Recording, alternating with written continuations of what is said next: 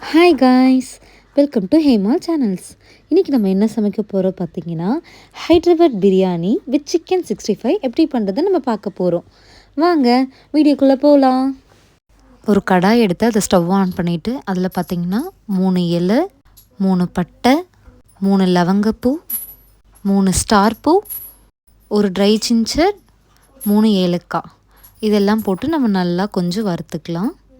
Next பார்த்திங்கன்னா கொஞ்சம் மல்லி, கொஞ்சம் சோம்பு, கொஞ்சோண்டு ஜீரகம் இதெல்லாம் போட்டு இன்னும் நம்ம நல்லா வறுத்துக்கலாம். நெக்ஸ்ட்டு பார்த்திங்கன்னா 1 டேபிள் ஸ்பூன் அரைச்சி வச்ச பெப்பர் பவுடர் இதில் ஆட் பண்ணி இன்னும் நம்ம வறுத்துக்கலாம். இப்போ பார்த்திங்கன்னா நம்மளுக்கு மசாலா நல்லா ஓரளவுக்கு வறுத்துருச்சு. இப்போது இதை நம்ம மிக்சியில் போட்டு நல்லா பேஸ்ட் பண்ணி நம்ம அரைச்சி வச்சிட்டோன்னா நம்மளுக்கு இப்போது மசாலா ரெடி.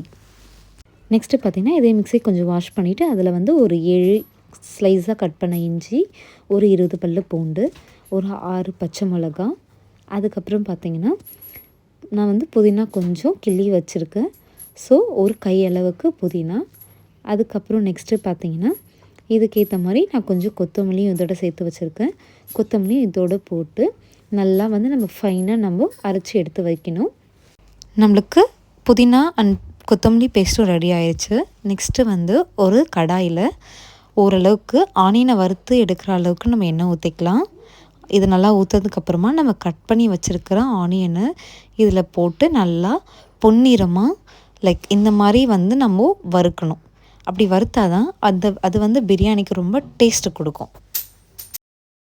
இப்போ பார்த்திங்கன்னா ஆனியன் ஃப்ரை ஆனதும் நம்மளுக்கு இப்போ ரெடி ஆயிடுச்சு. நெக்ஸ்ட்டு நான் ஒரு 3/4 கிலோ சிக்கன் எடுத்திருக்கேன். இப்போ இந்த சிக்கனில் நம்ம அரைச்சி வச்சுருக்க மசாலா லைக் இந்த மசாலா பார்த்திங்கன்னா எனக்கு இவ்வளோ வந்துச்சு. நான் இவ்வளோத்தையும் சேர்த்து இதில் ஆட் பண்ணிடுறேன்.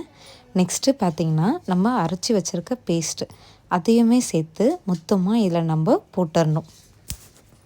நெக்ஸ்ட்டு பார்த்திங்கன்னா 1 டீஸ்பூன் மஞ்சள்தூள், 1 tablespoon garam masala, 3 tablespoon curd add பண்ணிக்கலாம், 2 டேபிள் ஸ்பூன் லெமன் ஜூஸ் நம்ம இதில் ஆட் பண்ணிக்கலாம். இப்போது இது எல்லாத்தையும் சேர்த்து நல்லா நம்ம அந்த சிக்கனோட ஜெல்லாகிற அளவுக்கு நல்லா மிக்ஸ் பண்ணிக்கலாம். சால்ட் தேவையான அளவு நம்ம ஆட் பண்ணி அதையும் சேர்த்து இதோட மிக்ஸ் பண்ணிக்கலாம். லாஸ்ட்டாக பார்த்திங்கன்னா நம்ம ஃப்ரைட் ஆனியனை இதில் கொஞ்சோண்டு இதில் ஆட் பண்ணி அதையும் சேர்த்து நல்லா மிக்ஸ் பண்ணி இதை ஒரு 4 ஹவர்ஸ் நம்ம அப்படியே மூடி வைக்கணும். இதை நீங்கள் முன்னாடி நாள் நைட்டு கூட மேரினேட் பண்ணி நம்ம ஃப்ரிட்ஜில் வச்சிடலாம். எந்த அளவுக்கு மேரினேட் பண்ணி ஊற வைக்கிறீங்களோ அந்தளவுக்கு டேஸ்ட் நல்லாயிருக்கும். அந்த ரீசன் தான். இப்போ பார்த்திங்கன்னா நான் இட்லி குண்டா எடுத்திருக்கேன். தேவையான அளவு எண்ணெய் நம்ம இதில் ஆட் பண்ணிக்கலாம்.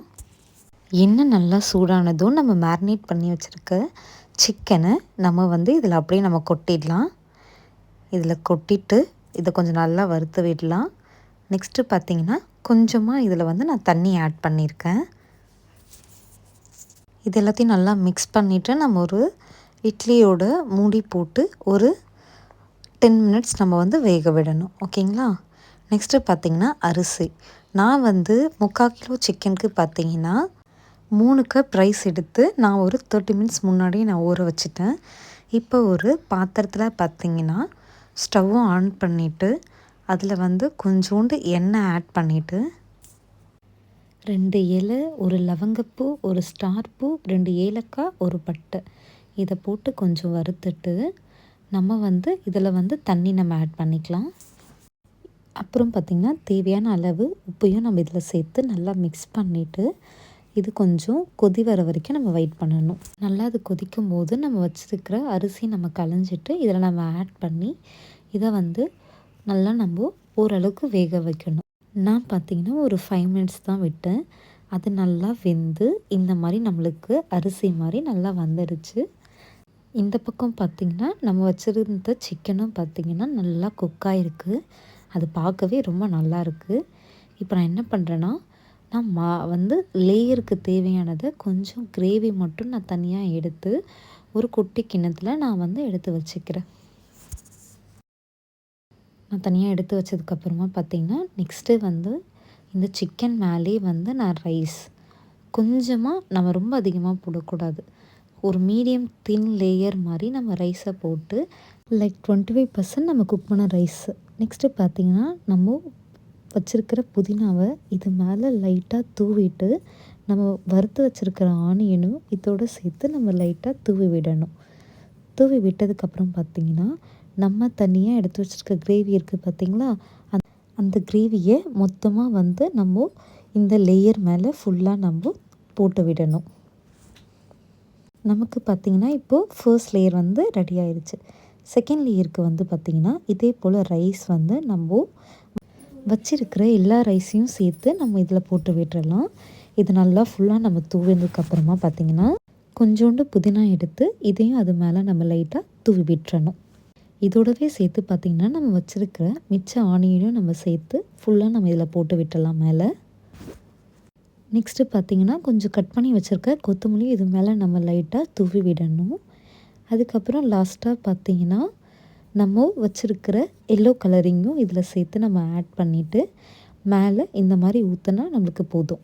இதோடவே சேர்த்து நம்ம கொஞ்சம் எண்ணெயும் இது மேலே நம்ம ஊற்றி விடணும்.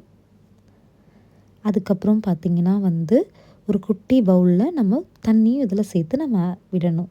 ஏன்னா அப்போ தான் அடி பிடிக்காது. இப்போ இது முடிஞ்சிச்சு. இதை நான் மூடி போட்டு நான் இது மேலே கொஞ்சம் வெயிட்டாக வந்து தண்ணி இருக்கிற ஒரு குட்டி பாத்திரத்தை எடுத்து வைக்கிறேன். நீங்கள் அதை பார்த்திங்கன்னா நல்லா வந்து ரைஸும் நல்லா இருக்குது, ஃபுல்லாக அந்த ஜெல்லாக இருக்குது. இப்போது நமக்கு தேவையானது எல்லாமே நம்மளுக்கு ரெடி ஆயிடுச்சு.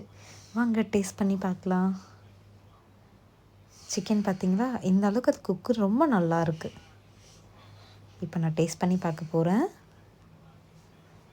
வாவ், டேஸ்ட்டு வந்து ரொம்ப நல்லாயிருக்கு கைஸ். நீங்கள் ட்ரை பண்ணி பார்க்கணும். இந்த மாதிரி அப்டேட்ஸ்க்கு நம்ம சேனலை சப்ஸ்கிரைப் பண்ணுங்கள், லைக் பண்ணுங்கள், ஷேர் பண்ணுங்கள்.